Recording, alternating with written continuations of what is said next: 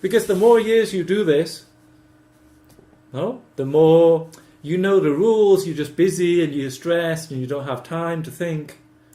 No? Yeah, you're right. Okay, next one. Okay.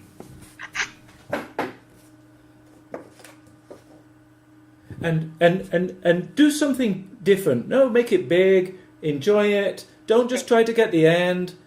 Challenge people. Be big. Be big. Do something cool. Whatever. Doesn't matter. We're just practicing. Okay. Exemplary. Is that all right? Exemplary. Exemplary. Yes. Exemplary. Do you remember when we did? Leadership. Do you remember when we did Absolutely Fabulous? The reading the TV program. Yes. And you can do big things and you can Yes. try different things. No, because you're not working in a bank. You're doing the save the planet, fashion, cool shit. No? Okay. Exemplary leadership. Exemplary leadership. Business exists to serve society. Across the world, many governments are failing to prepare for the future.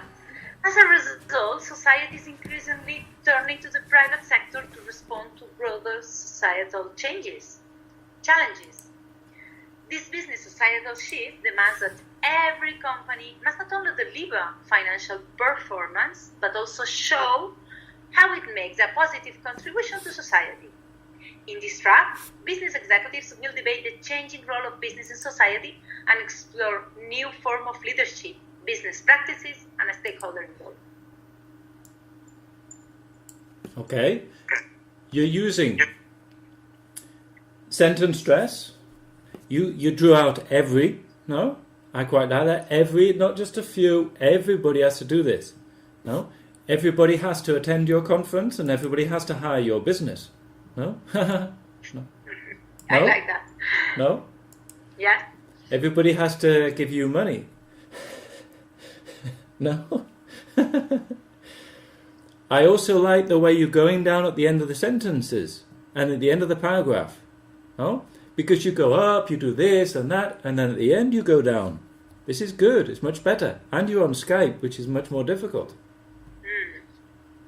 Cool. Okay. A common thread. Timberland on its company-wide culture of sustainability. In an era where the private sector... Just one second. You said a common thread, okay? Yeah. Now, A, B, C, yes, I agree. But basically, you say A when you're trying to stress A. Yeah. Yeah. But you're not trying to stress A like there are several, no? You're trying to stress a common thread, no? Because it's common, no? Is it? Yeah. Yeah. Common thread. So instead of the A, use the schwa contraction, a common thread, no? Because this is in all the things, no? It's on all the things. You didn't realize, but instead of doing the contraction, you give stress to something you don't want to do, no? Because you want to put the stress where you choose. It's not like you get on a horse and the horse goes where it wants. No, you go where you want. No? Yeah. It's a common thread. No? Everybody has this. No? Yeah. Carry on. In an era where the private sector is increasingly expected to play a positive role... You split your chunk. Okay. In an era where the private sector is increasingly expected to play a positive role in improving our lives... Increasingly expected. Increasingly expected. Where the private sector is increasingly expected. Increasingly expected. If you don't join the words together, we think you're splitting a chunk. Yeah. So you split your idea that we don't follow you. It's just like in English class. Huh? Okay. It's increasingly expected to play a positive role in improving our lives. Timberland has many extensive and far-reaching sustainability initiatives, from planting 10 million trees, giving employees paid time off to perform community service, and designing new products made from recycled or organic materials. Timberland's efforts have always been framed around one basic principle. How things better. In this joint presentation, Timo Marianella, led by Belén from ESIC, will unravel how the successes of such programs are rooted in a culture of empowerment and responsibility. Explain how the challenges of implementing them were overcome, and share examples of sustainability being a driver of the bottom line. Okay. What things do you think you did here? Well, I think I was putting like more stress in words, maybe. Which words were you stressing? The key ones. The Like most what? important. Which ones were they? What idea did you stress here? 10 million, for example, 10 million, or new products, or how better. Okay, I thought that you stressed one basic principle. No? Yeah. Because when I talked, I don't know if I did it with you, but when I talk about Barack Obama, in each speech, he has one big idea. He has one. Yeah. He doesn't have a million things in a speech. He has one big idea. Then everything goes to support that. You say here, one basic principle. No? How do we make things better? And I heard you drawing out that. I don't think maybe you realized it. But this is the thing. You have one basic principle. You have one. All the rest are details. No? Yeah. How do you do? Yes. How do we do it? Everything else is details. But you have one basic principle. How do we make things better? Then we do this. No? All the filling in the details. Yeah. Cool. No? But you actually drew this out. I heard you stressing that. I'm actually... Cool. That's true. Skype recording doesn't work very well, but I'm actually recording this on my audio recorder. Don't know if you can see that. So I will send you the audios afterwards. They won't be the same quality as you normally get, but at least you'll be able to hear what I'm saying. Listen back, because it's an advantage not for you just to have me, but also be able to listen back to yourself, see what you did that you liked, no? Maybe do it a different way, to be able to listen back to yourself. And maybe some of the things that I'm saying, you don't remember because you're busy and whatever, but you can hear it again. Okay, next one. Okay, so we've got a title, no? What do we notice about the title? You tell me before we start. There is like a repetition. Yes, with repeating one word. One for one. No, then you have a colon, pause. Mm-hmm. Then you have perhaps a kind of paradox. No? Did we have a paradox or oxymoron in the script for the TV program? No? Because here we had the vodka that was organic vodka. No? That's like a paradox. Here, we have like a paradox. No, like the organic vodka, we have business strategy, but then we have humanity at its heart. No, which is maybe, normally you would think that is conflicting, because business strategy is just to make me fucking money. Fuck you. No? You see what I mean? But here is humanity at its heart. And also, so you have two different... this is a very good script. Whoever wrote this is writing well. An English one. Yeah, well, they wrote well. Okay. So you have two theatrical or literary devices there. You also have a third one. A third in the title. This is good writing. If you can put three things in one title, then you're really good at writing. I can't write like this. So the third one is humanity at its heart. What do we notice about that? What is the device that we're using there? I don't know. I don't know. Okay. Repetition, not the H and H. No? Exactly. You haven't done this, I think, with me. This is a repetition of the consonant at the beginning of a word. This is, I think, called alliteration. Alliteration, I have a course on this. and you got the H and H. Oh, so when people hear alliteration, it's a repetition of the sound. No? And it stands out. You've also got big words here. No? We've got business strategy, humanity and heart. We're not talking about little details. No? So, your job as a public speaker, when you see these big things, is you want to think how we do this. No? So we've got 3 chunks here. We've got 1-for-1 with repetition. We've got business strategy. And then with the paradox, oxymoron of with humanity at its heart, where we've got the alliteration. Yeah. I'm not saying that you have to do this the best way you can today. But just you have to be aware that these things are here. Because do you remember when we did comedy and you said, but I'm not funny. But sometimes you're given a joke. So you don't want to, you want to at least bring something out of the joke. Here you're given these things and you don't want to just go blah, blah, blah. No? First thing to do them well is to be aware that they're there.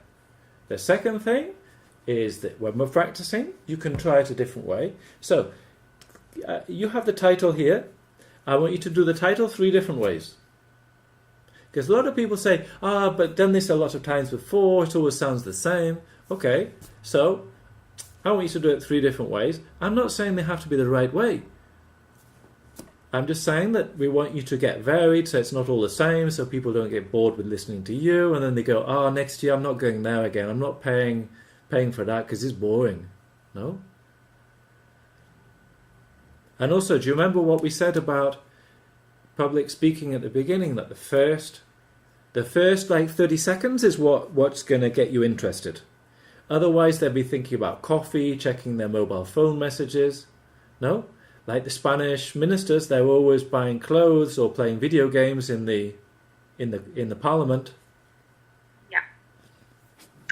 Okay. Three different ways then. 1-for-1. Business strategy with humanity at its heart. 1-for-1. Business strategy with humanity at its heart. 1-for-1. Business strategy with humanity at its heart. Okay, so basically you're saying either cut them up or do them with the flow. Okay? Yeah. Also, you need to think about sentence stress. No? And also think about adapting your intonation, your tone of voice to the things that we're talking about. So, what do I mean here? I mean, are you able to say business strategy in a more business way and humanity in its heart in a more romantic way? Yeah. Are you able to do that? Try that. So I want you to think that when you say the words, that the way you say them goes with the words. Okay. No. 1-for-1. Business strategy with humanity as it hurts. Business strategy. There's no before the strategy. Business strategy. Business strategy. Because you have the SS, business strategy. Business strategy with humanity at its heart. Heart. At its heart. Not hurt. Hurt is hacer daño. Heart. Heart. Okay? I didn't think that was great, but I'm not saying that you have to be great today. You have a lot of things today. All I'm saying is that you be aware, of the things that you can do here, and when you're practicing at home, you think about how you can make this more cool. No? Yeah. Next one. Tom's Shoes was founded on a simple premise. With every pair you purchase, Tom will give a pair of new shoes to a child in need. 1 for 1. Using the purchasing power of individuals to benefit the greater good is what they are all about. The Tom's mission transforms customers into benefactors, which allows them to grow a truly sustainable business rather than depending on fundraising for support. Fundraising. In her engagement talk, fundraising for support. In her engaging talk, Lisa will explain why embedding humanity into the business model is key for brand authenticity. So hang on a second. You're saying that the customers become benefactors. Benefactors, yeah. So that when I'm a customer, I become a benefactor. That's saying quite a lot, no? That's saying quite a lot. Customers into benefactors. Yes. Which allows them to grow a truly sustainable business rather than depending on fundraising for support. Also, you've got a rhyme there. Customer and benefactor. No, they rhyme. You have the repetition of the end of the word. Yeah, so, customer, benefactor. I always say to people who call me for wedding photos, I always say, where's this? You can pay the same price as the normal photographer, but instead of having 3,000 normal photos, if you are a more artistic, sensitive person, then you get more artistic, sensitive photos. No? Basically saying to them, if you are classy and elegant and emotional, then you can have this. Yeah. No, and you're saying the same thing here. If you want to be a benefactor, then you buy with this company. Yeah. If you just want to be a customer who just buys stuff, you buy with other companies. No? Exactly. Yes. It's quite a nice argument that you're not a customer, you're a benefactor. But at the same time, we're getting your money off you, you know, so we don't care. No? Definitely. Because they have to make money, otherwise they go out of business. Otherwise, they don't exist anymore. Exactly. And then who's going to save the planet? No? Donald Trump? Definitely. Donald Trump? No? Okay, next one. Okay. An exciting new book was launched. You didn't do the title. Sorry. All in. But hang on a second. You can split it, but normally you have alliteration. A liaison. Not alliteration, a liaison there. I was making emphasize, but yeah. But you can still emphasize it, but do the liaison, you know, all in. All in. All in sounds a bit funny. All in. The future of business leadership. An exciting new book was launched at Sustainable Brands Vancouver. All in. The future of business leadership. The book looks at the scale of passive change that environment and society are experiencing through the lens of sustainability leadership, particularly the private sector's contribution to ameliorating the sustainable challenges facing the world. In this presentation, David will explain why business need to go all in for sustainability and the 5 key attributes for doing so. Okay, so you had a repetition of all in and you gave it some sentence stress. And it's indicated because it has capital letters, no? Yeah. And you did that. Yeah, I did it. And I like the way that you then changed and you went down at the end of the sentence. Huh? Yeah. You went all in for the sustainability and then you went no? So it's not like it was 2 years ago when you were just blah blah blah and all the same. You're getting the things.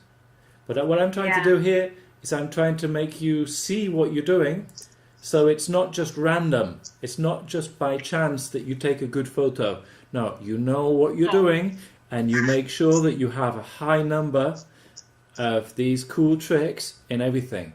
Now, it's just not just luck that I get a good photo. Now I should be getting a high number of good photos every time. No, this is not just chance that you're doing this. You need to be aware of what you're doing and be able to repeat it. Because maybe today you're good and some other day we want to be just as good. Next one. Coca-Cola. Taking risks to exercise leadership. The change that Coca-Cola is making encourages risk-taking that only those with a real culture of leadership can take. This is a reflection of what it means to be a market leader and how to generate disruptive change by listening to society and having a desire to learn without fear of error. Coca-Cola is evolving to respond to new challenges, which is why it no longer manages risks. Coca-Cola embraces them. Okay. I have no idea what you're talking about. I thought Coca-Cola was an evil company that sold an evil product that destroys teeth and your sugar balance level in children and chemicals, and I have no idea. But it sounds good. No? Okay. And they're a big company. I imagine they're paying you a lot of money, so we have to suck up. It sounds great. Whatever it's saying, I don't understand, but it sounds great. And you said it well. And I like the... What word do you think you highlighted most in this paragraph?